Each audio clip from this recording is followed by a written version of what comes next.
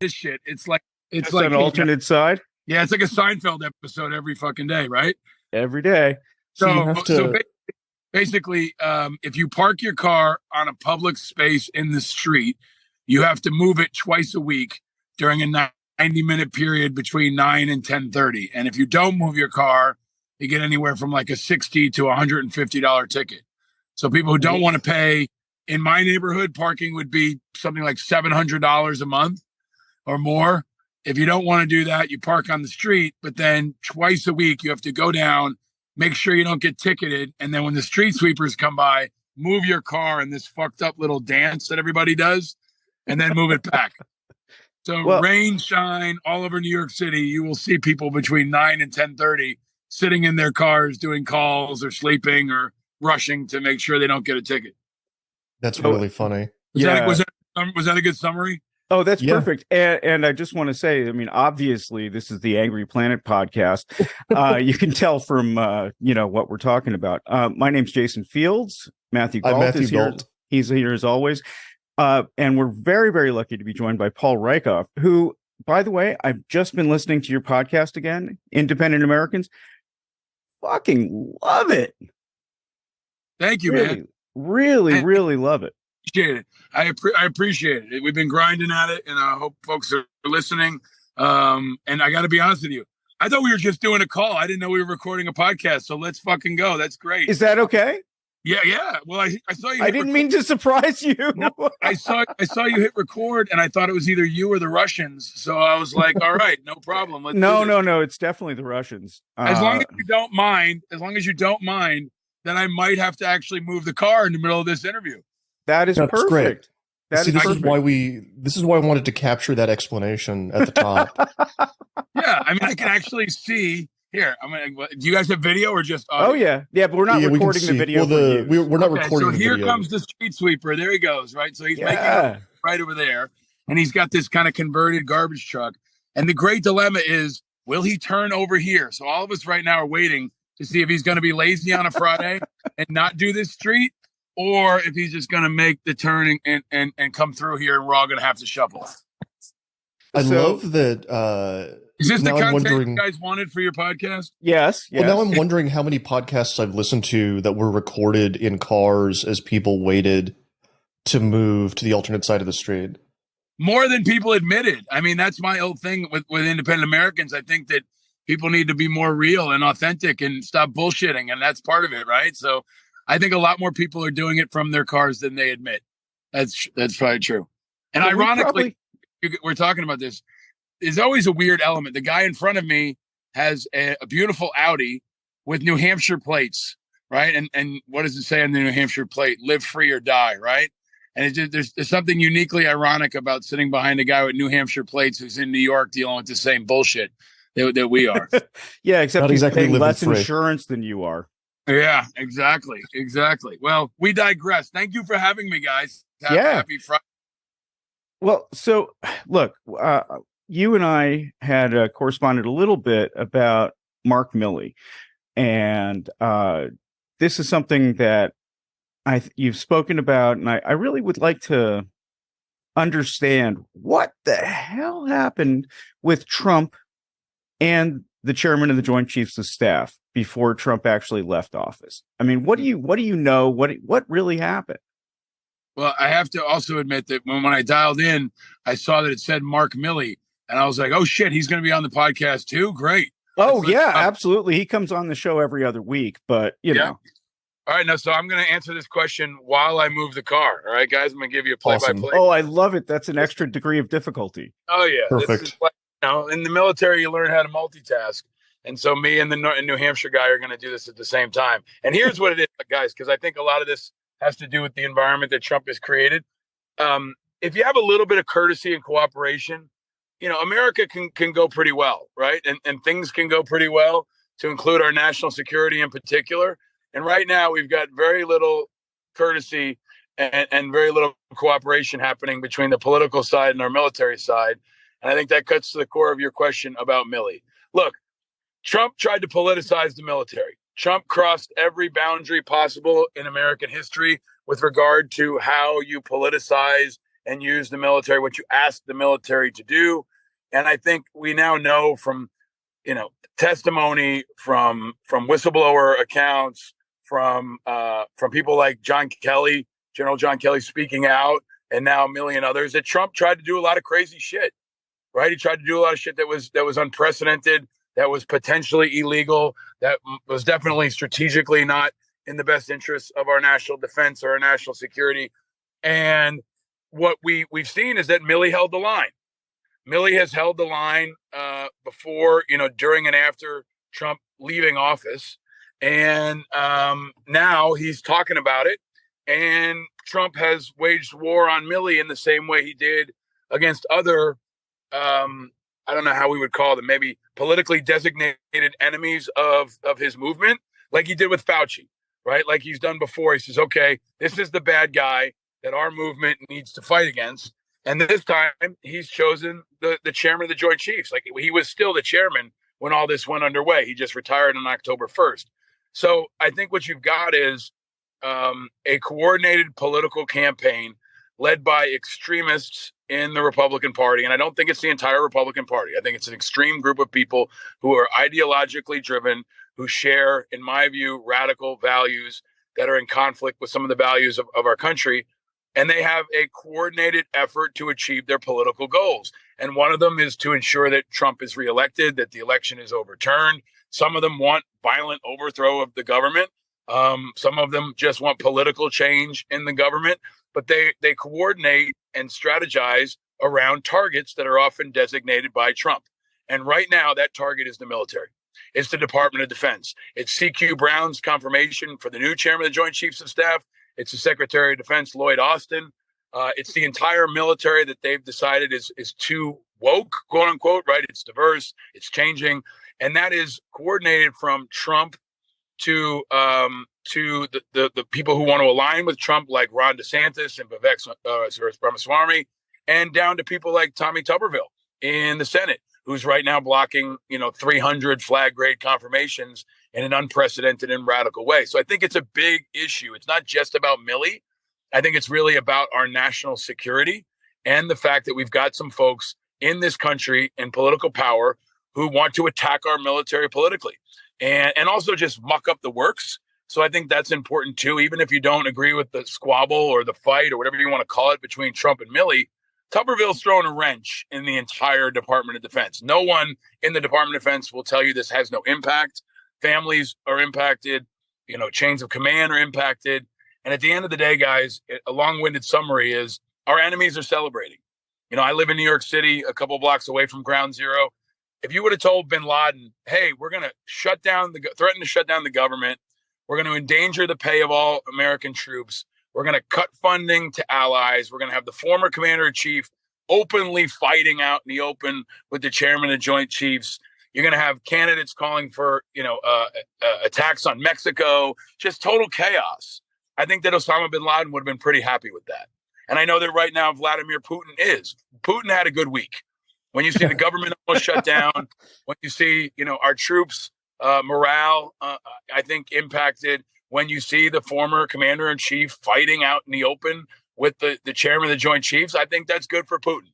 And along the way, Ukraine funding gets held up. So I think Putin had a really good week. America had a really bad week. And at the end of the day, it's about leadership. And you got to put pin the tail on Trump and say, this is on him. He does not have to do this.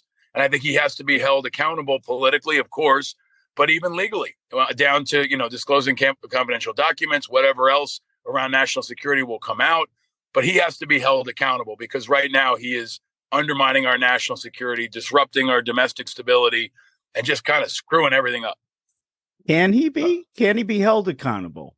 That's really my absolutely. question. You really think so? I do. I mean, and I think there's, as my car episode should now be stabilized. I do. I think there's two tracks here, guys, and I don't think this gets talked about enough. There's two pieces. There's the political piece, which we'll start with first, right? Which is, okay, next year there's going to be an election. Trump is the likely presumptive nominee. He's got 60% support in the Republican Party. Barring some change, he will be the nominee against Biden. Now, there is a political way of holding him accountable, which is ensuring he doesn't get reelected, which I think as an independent, I think he is on track to lose. I think he's driving away independents that will be especially important in swing states. I think the Republican Party is doing that more broadly with the shutdown and these other things, including attacking the military, which I think is very unpopular among independents, and moderate Republicans and Democrats are going to be key. So I think if Trump keeps this up and he continues to get indicted and he continues to say crazy things and just look unstable, I think he will lose against Biden. Now, whether he accepts that loss is another story, but I think that will be political accountability for him and potentially for his party. On the other side of things, there has to be national security accountability. And I'm looking to the Justice Department, I'm looking to the FBI, I'm looking to the Department of Defense, anyone who is responsible for stopping America from being undermined, attacked, and weakened. This is their clarion call. So if he gave, we now learn he may have given out secrets about our nuclear subs, right? He may have handed them out to an Australian businessman for him to hand them out to 40 people. If he did that, it's a violation of national security. It may be criminal. He should be held accountable like anyone else. If he left all these classified documents in a bathroom at Mar-a-Lago and committed a crime, he should be held accountable there. And then there's, 3 other indictments to include potentially, leading an insurrection. So I think, yes, there are ways he can be held accountable on both sides, but it's kind of a parallel track. I'm a Yankee fan. If you ever go to Yankee games, they have the great subway race where they have 3 subways up on the board, right? And it's like, which one's going to get to Yankee Stadium first? I think you've got, the indictments and the criminal proceedings, and you got the election, and they're going on parallel tracks. And the question is, will he be found guilty on any of the indictments before the election? And then will that knock him out? Will he be in prison? He may not be disqualified, so he conceivably could still be reelected. But I think those are the parallel tracks we're watching. And I think you kind of have to keep them separate, because I think especially cable news conflates the political race, and they only focus on that. Meanwhile, those of us in the national defense and security community, the veterans community, are always focused on the other side, because ultimately it's more important. It's more important because our national security can't wait till next November. And if we've got someone who's radically and significantly endangering our national security, whether it's a private in the Army or the former commander-in-chief, especially at a time when our enemies are so focused on trying to disrupt America, we got to be focused on that. I want to put some of the culture war stuff in context for the listeners at home, and get your thoughts on it. So Tuberville is blocking confirmations, blocking promotions, ostensibly because the Pentagon in the collapse of Roe v. Wade is trying to guarantee abortion access to the military. At the same time, it's not. They're not guaranteeing abortion access. Okay, well sorry, man. That's important, right? Vaccine break. No, you're absolutely right. It is important. The memo is phrased in a very specific way. Can you walk us through that? Yeah, I mean, so let's walk it back, right? So last June or July, Roe is overturned and Dobbs is put into place, right? So, this cataclysmic change in abortion rights in America cascades across every element of our society, right? So everybody, whether you're, a Fortune 500 company or a city government, you got to sit down and go, okay, how does this affect us, right? So DOD and VA both run the traps on all of this because they're federal agencies. And, I use VA as an example because in the past when, for example, cannabis is legalized in a state, okay, you got a federal VA facility. Does that mean you can smoke cannabis at your local VA? That's the question for the VA secretary, right? So at the Department of Defense, when Roe gets overturned, the SecDef has got to figure out, okay, what do we do, right? And he goes through the regulations, and you've now got a situation where a service member may be in a place like Alabama where abortion rights have now been restricted, and they're serving on a base in Alabama, and they need abortion care. They need emergency abortion care. What does the Department of Defense do about that?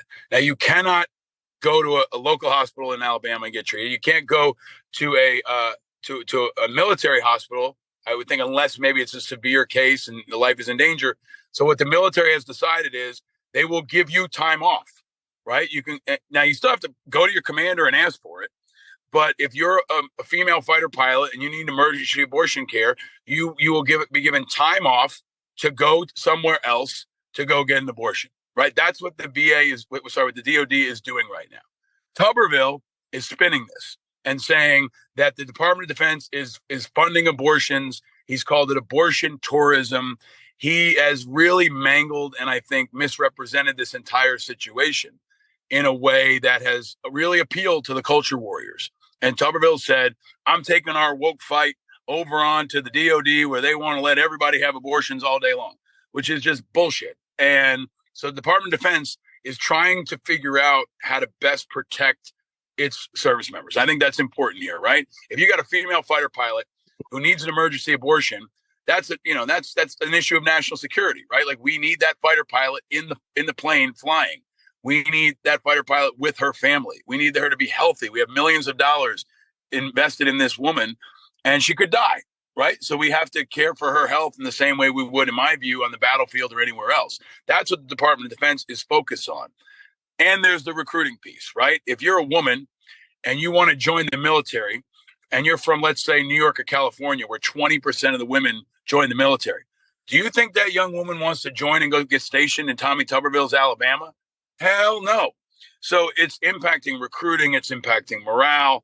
And I really do think that this is the front line of America's culture wars. I said to somebody yesterday, the VA and DOD used to be like Switzerland. Now they're like Bucha.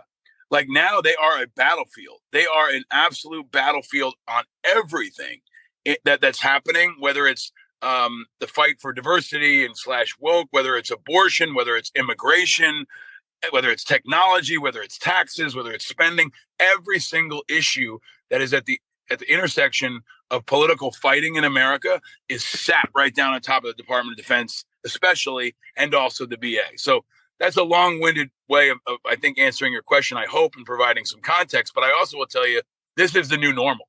If chaos is the new normal in Congress, now it's the new normal for our Department of Defense. They can't predict budgets. They don't know if a policy is going to change. Keep in mind, they just went through, okay, we've got a trans ban. Okay, we don't. Right? Like these whimsical moves from Trump, especially where he would tweet a policy and then the whole Pentagon's going, shit, what do we do? So I think it does come back to a need for stability, for good order and discipline, for process, especially around our national security at a time when they got enough shit to deal with. Like a recruitment crisis in all branches except the Marines and Space Force. You got that right? too. Yeah, you got that too. And I think this is a really important one too, guys, if I can touch on it, right? Everybody says like, we have a recruiting crisis, because the military's too woke or because whatever. One of the reasons why we have a recruiting crisis is because everybody's talking about how screwed up the military is in politics all the time, right? And when I was in Iraq, I remember when I first came home, people said, don't talk about how bad Iraq is or you're undermining the war effort, right? These guys are literally undermining our war effort by saying our military is weak. We don't have enough ammunition. If you go there, they're going to make you, get transgendered surgery. Like it's just this radical, crazy stuff that the average person who doesn't know the military says, wow, that sounds crazy. I'm not sending my kid. I'm not going over there at a time when they're probably not going to get deployed to a war zone like they were post 9/11, where the benefits are pretty good. We've got a disruptive economy. You've got great educational benefits. There's a lot going for the military, but you wouldn't know it if you watched the news because it really sounds like it's a shit show. And I think that's a part of this that's really important with regard to our recruiting. However, I will tell you one thing. I do think the mandatory vaccines in the military also drove recruiting. That's something Democrats and Republicans view, as a partisan thing. I think it's just a factual thing, right? Like I know a percentage of people did not want to get the vaccine. And if you told them they had to get it to go in the military, you were going to lose a certain swath. Now, that might be necessary because there are also people who don't want to wear body armor, right? And they shouldn't be in the military either. There are people who don't want to, get a physical or whatever else. So there are mandatory requirements that we need. But I think that is a factor that maybe impacted recruiting much more than especially the Democrats want to admit. You're listening to the Angry Planet Podcast. We'll be right back.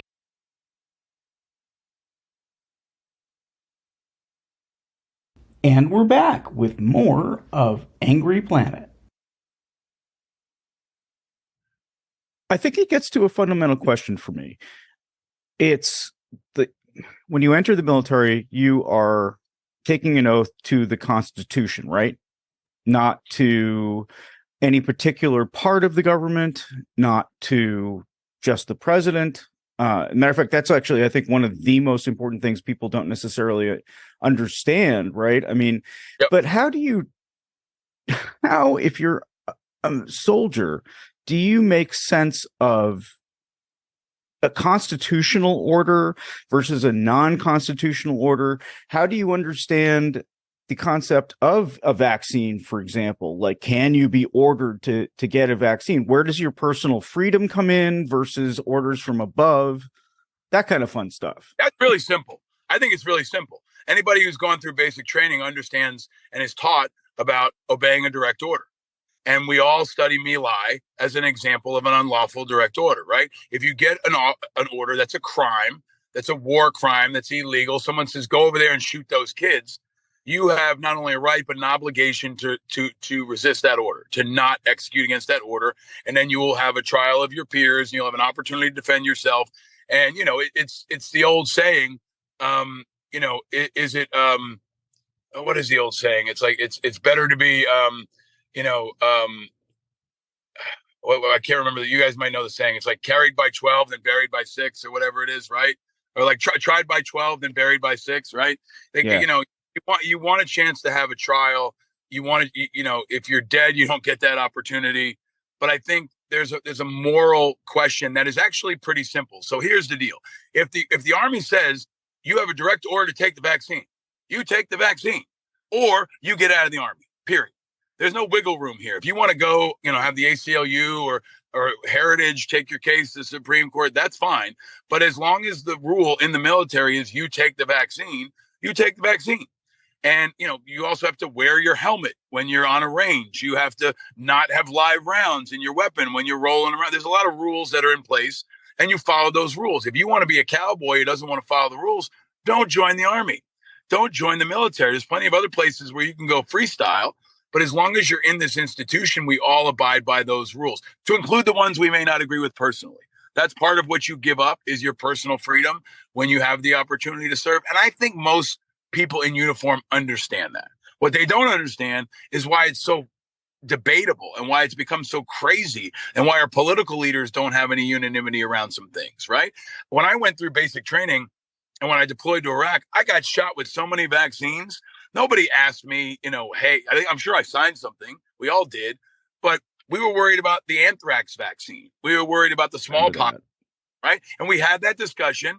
And then we said, shit, we got to take it. And we took it because we didn't want to get smallpox and anthrax. And the guys who didn't want to take it, I don't even know if there were any, they faced the UCMJ and consequences. So I really think in some ways it was a good cleansing, because if there's a guy in my unit who doesn't want to take his vaccine, and he's okay with getting COVID when we're in a helicopter for 12 hours and giving us all COVID when we're on the battlefield, I want that guy out of my unit. I mean, that guy's private shitbag, and I want him out of my unit, right? It's saying there's a guy in the football team, right? If a guy in the football team wants to take steroids, he's going to get kicked off the team and he's compromising the team, you don't want that guy in your team, right? So I think this is really basic in my view, and I think the lack of personal experience in the military, the civil military divide, which is really important in this generation where most people in the media and in politics have not served, it allows some really stupid conversations and takes to kind of get bigger than they normally would. Example. Sorry? Give me another example of one of these takes getting bigger than they normally would. Like Marco Rubio publishing a pamphlet about the woke military with a helmet and a pride flag on it. Oh, I mean, yeah. I mean, like, look, there's also exceptions that happen only in government that boggle my mind. I mean, this is maybe a bit of a tangent, but until recently, the VA had a motto that excluded women and caregivers, right? The VA had a motto that was only for men. It was for he who had borne for he who borne the battle, and for his widow and for his orphan. Now, there's no corporate company in America that could have a motto. Walmart, Citibank, anybody. You cannot go to a private employer where they said only men are welcome here, right? But this is a federal government agency that has, $300 billion in a budget, hundreds of locations. And that didn't change till like a couple months ago. So I think that's an example of something that is a head scratcher that actually was a big issue for the people it impacted, that wasn't inflated enough. Meanwhile, Trump's saying we don't have enough ammunition. Who do you know in the military that says we don't have, maybe you'd like to shoot some more on the range, but I don't think there are too many fighter pilots or too many, gun bunnies or tankers who are in training going, damn it, we don't have enough ammunition. It's just, that's an example of an inflated issue that Trump drove forward, got echoed by other leaders, and is now just become this almost not a conspiracy theory, but like a publicly accepted rumor that we don't have enough ammunition. Could we use more ammunition? Sure. We could always use more ammunition. We could always use more cupcakes. We could always use more money, right? But we're not running out of ammunition, at Fort Benning. I think there is a concern for people who don't want to help Ukraine in particular. That's part of it, right? I mean, we're giving away our ammunition. But you know what? I'm going to flip that. I'm going to say, you know what this is? Pretty good stress test. If we don't have enough ammunition, better we find out now than when the Canadians invade, right? Like, I think it's a good time for us to understand. This is really, I think, one of the most important points about Ukraine. We spent, less than 1% of the overall defense budget as a percentage, and we've eliminated half the Russian military. If you presented that to Ronald Reagan and said, hey, Ron, we're not going to send any American troops. We're going to spend less than 1% of our federal defense budget. And we're going to wipe out half of Russia's tanks. And how's that sound? That's a pretty good investment. I'll take that. And I think that is an important defense component of this. We are testing every weapon system, not in American hands. We're testing every supply chain issue without Americans dying. We're testing our allies. We're testing our logistics, our satellite. Everything is getting tested in you guys, the NTC is a national training center, right? Where the military army often does war games.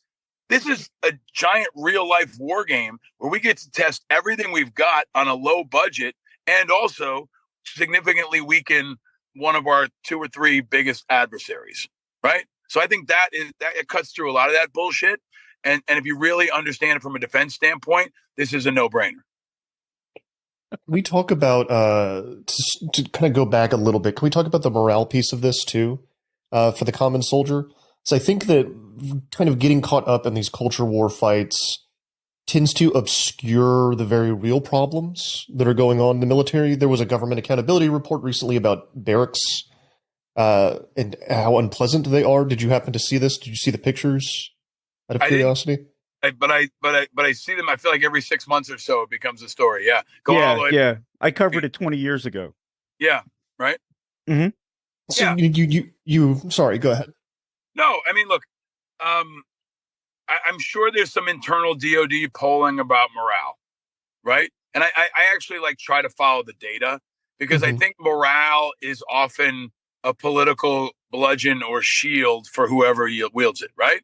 So they're gonna say, oh, morale sucks because of, I don't know, either Ukraine, or morale sucks because they're worried the military's too woke. Like, morale sucks when your chow is cold, when you've been in the rain for a month, when your wife leaves you, when you can't pay your bills, right? When you lose your leg, right? Like, those are things that significantly impact morale. Like, the idea that the average private is watching the GOP debates on a Tuesday night when there's Major League Baseball playoffs on is just not grounded in reality. So I think, again, the politicization of our military in this generation is unprecedented, in part because you can peddle this shit because most of the country hasn't served. Back when, half the men in World War II served, everybody kind of knew what was bullshit and what wasn't because the military wasn't an other. It wasn't a reality TV show. Now you can get on TV and say, everybody in the military is wearing purple socks and it's a real problem. And half the country will be like, oh, I heard it on TV. It's true. And they don't know anybody they can actually check it with. And I think that civil military divide is one of the single biggest challenges that our generation faces, period. I think it impacts our national unity. It impacts how we fund things. It impacts the fact that you don't have veterans in Congress who can get along like they used to. I'm a big fan of national service. I know many other people from our community and our generation are as well. And I think that's important because the military and these issues often become this boogeyman or this kind of this hollow thing they can fill up with whatever they want. And the truth is important, and ultimately data is important. So do I think morale is in the toilet? No. I mean, is it more in the toilet than when we were at the middle of the surge and we were like doing 15-month rotations to Afghanistan and everybody was getting stop lost and National Guard units were doing 20-month tours? I mean, that was pretty rough. Is it more rough than now? I think so. Yeah. I mean, but again, I would look to some kind of stats within the military where they actually can quantify morale, because I know they do that. And I would argue the military should do a better job of sharing that kind of information. How do you bridge this divide? That was the question. I think we were going to Matthew and actually ask the same question at the same time, which is rare. Yeah. How do you bridge the divide? I mean, you mentioned national service. What do you mean by national service, and how broadly do you want to apply it? So the number one way to bridge the civil military divide is to implement national service. And there's actually now a local model, which I think is exciting. And it's led by one of our own, a post 9/11 vet who served in the 82nd Airborne, Governor Wes Moore, who's in Maryland, who is a friend of mine. Full disclosure, he served on the board with me at Iraq and Afghanistan Veterans America. We've been friends for 20 years. He's a Democrat. I wish he ran as an independent like I am, but he ran as a Democrat. And I think Wes is a tremendous leader, and he's done some bold things already in his 10 months as a governor. And one of them is he has implemented a statewide service program where folks coming out of high school can get a stipend from the government to perform service. Now, it can be in your community, working in a school. It can be working at a soup kitchen. It can be as a volunteer with young people. I think that the step further is providing an option for the military, right? Everybody, when you turn 18, you have some form of national service, I would say for 2 years, where you either serve in the Marine Corps or you serve in the Peace Corps or you serve in AmeriCorps. You serve in some way. And we will have enough people based off the relatively small size of our military relative to the population, where we'll have enough people in the military, right? We'll get enough for that, but we'll also get a generation of people who want to serve, and we'll have some kind of connection to each other and to this country, right? I think that there's too many citizenship freeloaders who have lived here their whole life and never given anything back. And I think that that's a hard conversation to have, especially if you're a politician. But I think it's an overdue conversation. My father immigrated here as a young guy, didn't speak English. He came from Germany. He spent 3 years in the South Pacific. My father was drafted to serve in Vietnam. Every generation of my family in this country was drafted. And I volunteered in part because I felt like I was a freeloader. Like I had to do my part because I went to college, because I got to play football. It doesn't mean that I get a pass. The opposite. Like I have to go serve because it's my duty. It's my obligation. Now that was me.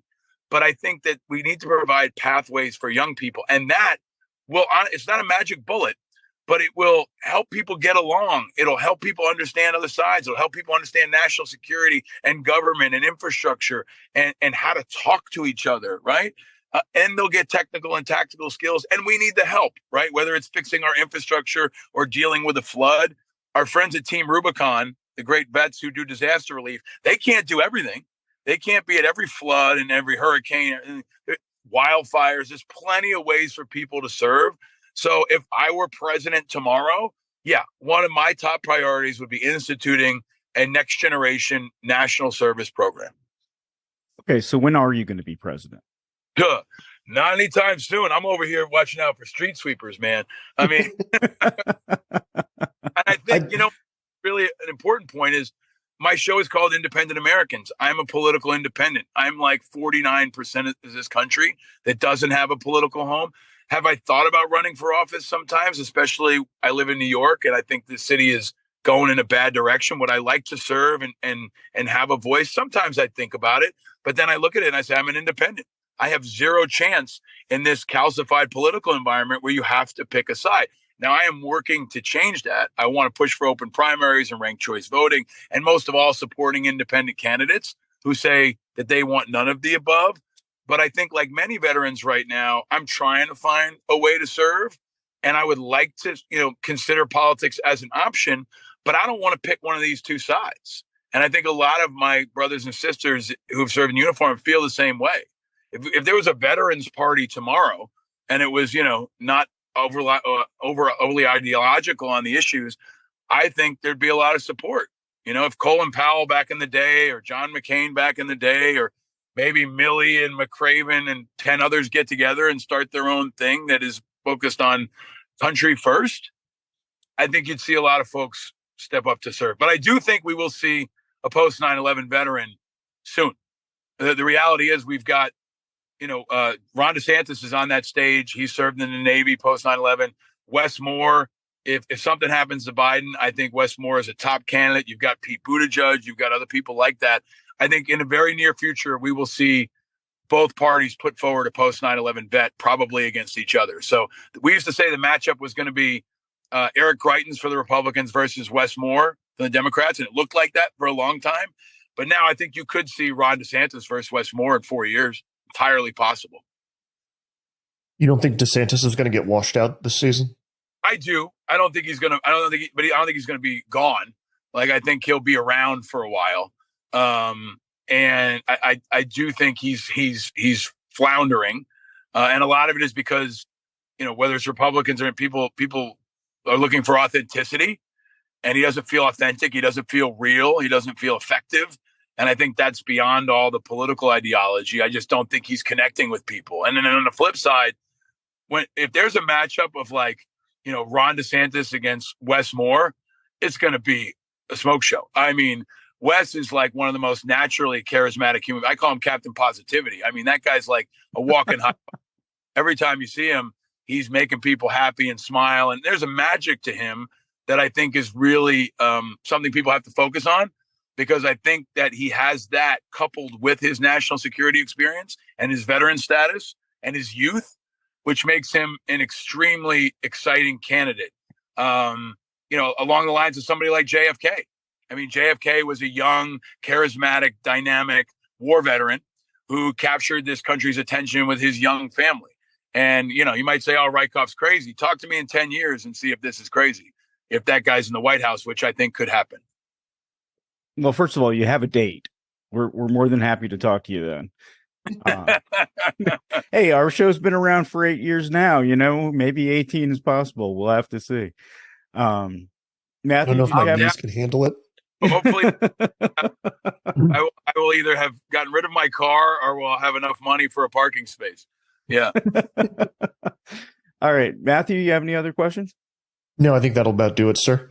All right. Well, Paul Rieckhoff, we are very grateful to have you on Angry Planet, and we wish you all the luck in the world, and may you sweep through, the political process. I think you're our candidate. Well, you guys, my show used to be called Angry Americans, and I used to say, if you're not angry, you're not paying attention. Now the question is, what do you do with that anger? Can you turn that anger into positive impact? And I think you guys have a righteous anger, and this is at times an angry planet, but I think we can also make it a righteous one, and you can channel that anger into something good instead of burning it all down. We can use that fire to build some stuff up, and I think you guys are doing that, and I appreciate it.